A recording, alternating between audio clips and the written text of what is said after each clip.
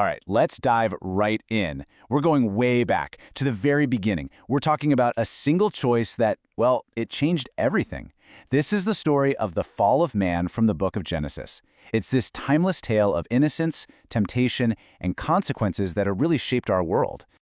Okay, so picture this, the Garden of Eden. It's a perfect paradise, right? But, perfection is about to be challenged. We've got our key players, a man, a woman, and a serpent. And the text makes one thing really clear about this serpent. It was, and I quote, more crafty than any other animal God had made. So this isn't just some snake. This is the catalyst for the entire story. So, how does it all start? Well, the entire story really hinges on the serpent's first move. And it's not what you'd expect. There's no force, no big command. Nope, it's something way more subtle. A simple but very deceptive question. Just listen to the wording here. It's kind of brilliant in a twisted way. The serpent knows perfectly well God never said they couldn't eat from any tree. It's a total exaggeration. It's designed to make God's one rule sound super harsh, tyrannical.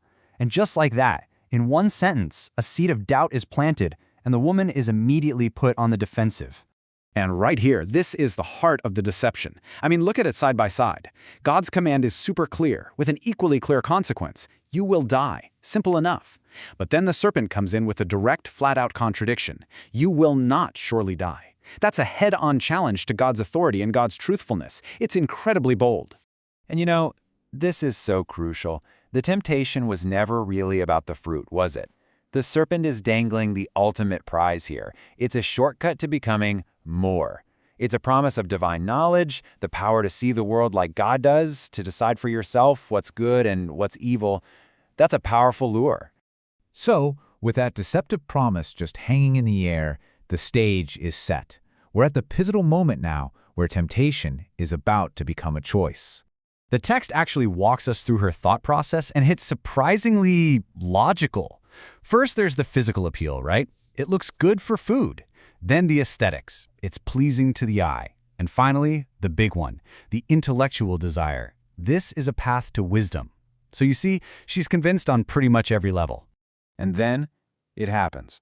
The action is described so simply, so directly. She took it, she ate it. Then she gave some to her husband who was right there with her, and he ate it. And that little detail, that he was with her, is pretty significant. It suggests he wasn't some unsuspecting victim, but a silent, totally willing participant. This choice, they made it together. So what's the big payoff? What's this amazing divine knowledge they get? Well, their eyes are opened. But it's not to some kind of godhood. Instead, what they see is their own vulnerability, their nakedness. The very first emotion that hits them is shame, and their first instinct, to hide. And this new self-awareness, this shame, it quickly spirals into fear, hiding. And, well, a very, very human reaction when you get caught, you start blaming everyone else. So when God comes walking in the garden, you can just feel that the relationship is shattered. And God's first question isn't an accusation, it's more like an invitation. Where are you? But Adam's reply just lays it all bare. He's afraid. There's this new barrier between them now, built on fear of being seen, fear of what's coming next. And this is where the blame game officially kicks off. When God confronts him, Adam doesn't just blame the woman. Pay close attention to how he phrases it. The woman you put here with me. Wow. He's not just pointing the finger at her, he's kind of pointing it at God too. As if to say, well, you're the one who put her here. And the chain of blame just keeps on going. God turns to the woman, and what does she do? Exactly what Adam did. She passes the buck. It wasn't my fault, she says. The serpent deceived me. See a pattern here? Nobody is willing to own their part in this. So, the choice has been made, the blame has been passed around, and now the story moves into its final and really devastating phase, the consequences. Paradise is about to be lost. Okay, so God delivers 3 separate judgments, or curses. There's one for each of the participants, and each one addresses their specific role in what happened. First up, the serpent. The once crafty, clever creature is completely humbled. It's condemned to crawl on its belly and eat dust.